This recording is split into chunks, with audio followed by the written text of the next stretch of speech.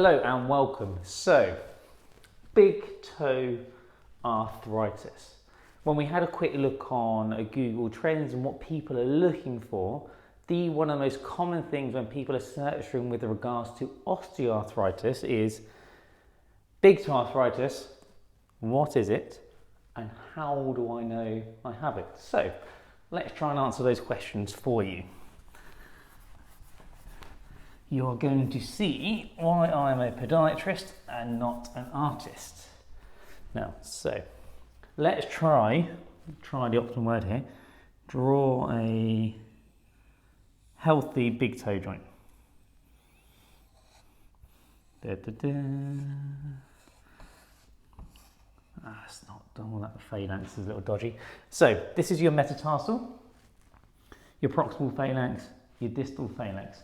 And this section here is called your first MTPJ, or metatarsal phalangeal joint.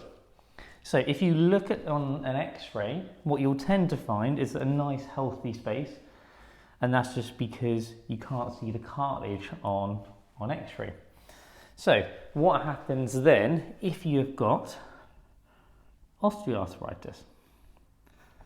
What we'll tend to see is that this joint space will narrow, and at some point you may get some bone touching. So we can see that joint space is narrowed, and sometimes we get some lipping of the bones here, and then you get what we call this osteophyte formation. And that's essentially what is osteoarthritis of the big toe.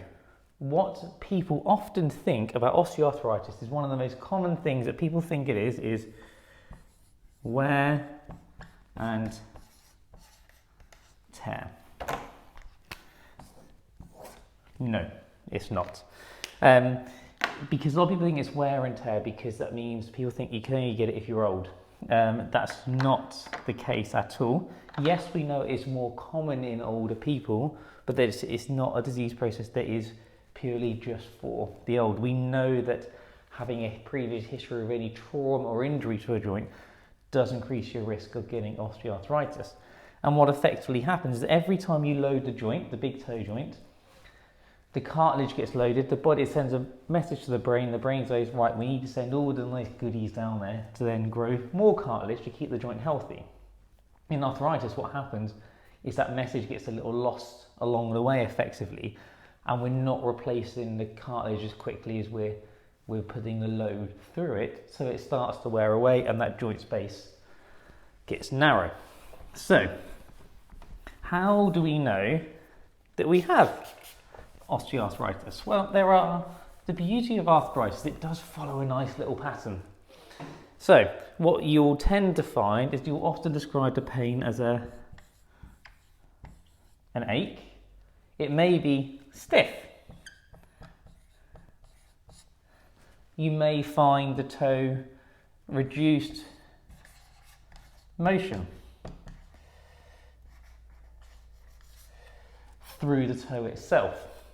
So they're the sort of things you'll tend to find particularly is anything that is bending the toe upwards will tend to aggravate the joints. Now, we will do more videos around about treatment of this later on, but essentially that's how you would know you'd have it. So, something else also to keep mindful of is I'm going to draw a toe joint again.